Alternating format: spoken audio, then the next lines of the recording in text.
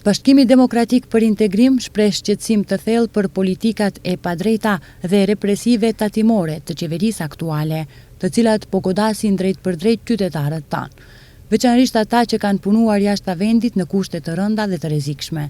Sipas BDI-s, protestat para drejtorisë të ardhurave publike janë dëshmi e qartë e dështimit institucional dhe e një politike tatimore të verbër, që përmes tatimeve retroaktive po u vendos barë të padrejt financiare qytetarëve që për vite me radhë kanë siguruar ekzistencën e familjeve të tyre dhe kanë kontribuar në ekonominë e vendit.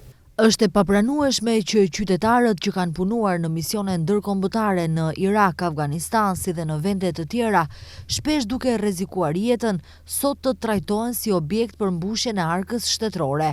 Edhe më skandaloze është mosnjohja e statusit të jo rezidentit tatimor, pavarësisht dëshmive të qarta ligjore dhe faktit se shumica e tyre kanë qëndruar mbi 183 ditë jashtë vendit.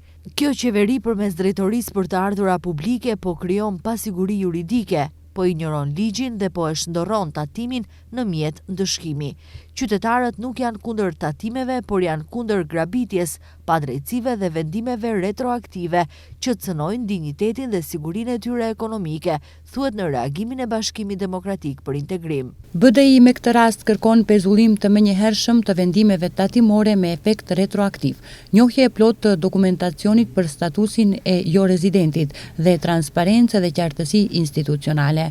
Nga BDI thonë se qeveria duhet të ndalë politikat që rjepin qytetarët dhe të kuptoj se shteti nuk ndërtohet duke ndëshkuar ata që sakrifikuan.